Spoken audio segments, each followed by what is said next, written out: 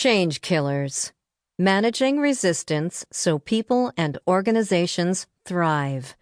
Written by Jan Kaderly. Narrated by Kim Reed.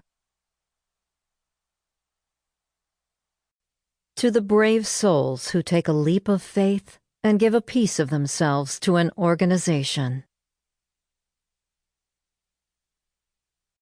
Introduction.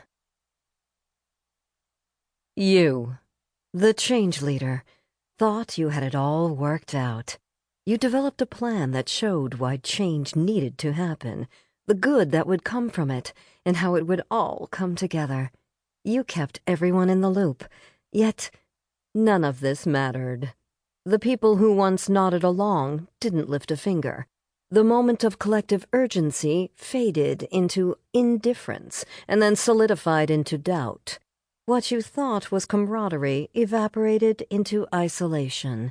You alone gave voice to the need to do things differently. They weren't going to have any of it. They decided that change wasn't the solution, it was the problem. You feel bewildered. You feel like you failed. You feel betrayed. Like a riptide, resistance seemingly comes from out of nowhere. Invisible, yet powerful enough to pull you and your change effort under. Resistance seems irrational, and no amount of logic you throw at it makes a difference. In the face of resistance, nothing makes sense. There is another story that is the flip side of this one. It is the story of the change recipient, the person who is supposed to go along and support the change.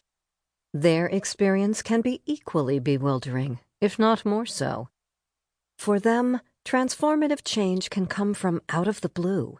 For years they have managed, and made work, the processes or systems that are now being transformed. All this time, no one offered them much support to improve it, or expressed much curiosity about how it worked. For them, getting the job done takes all the time they have. And now one more thing, a big thing, has been added to the plate. Only platitudes are offered to reassure them that they will be given enough time, training, and leeway to make this work. Moreover, the people leading the change don't seem to know much about the details and are wondering, why did no one ask us about this? What role will we play in this project that impacts everything we do? Do any of our skills apply? Why this, and why now? This is a book about why we resist change.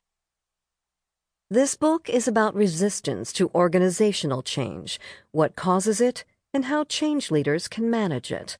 The book is a comprehensive analysis of resistance that examines 8 phenomena of resistance in organizations, the change killers. By looking across many forms of resistance, themes emerged, and a deeper logic could be seen. The deeper truth of resistance is that it is born of basic needs that are common to us all. Even though the research started with various types of resistance, the change killers, the book begins with the 7 basic needs that underlie resistance. By starting with the basic needs and the logic of resistance, you will have a richer understanding of the change killers and see this logic for yourself. You will also be immediately equipped to manage these needs in your daily life. The flow of the book is as follows. Part 1. Resistance and the Capacity for Change seeks to unfreeze your current conceptions of resistance and change, introduce you to the 7 needs that underlie resistance or support for change, and advise you on how to manage these needs in complex organizations. Part 2, The Change Killers, details 8 common forms of resistance within organizations. The change killers are phenomena that emerged from the crucible of real-world experiences that are also well established in scholarly research on organizations. Each chapter goes into depth on a change killer and identifies its cause, consequences, and what you can do about them.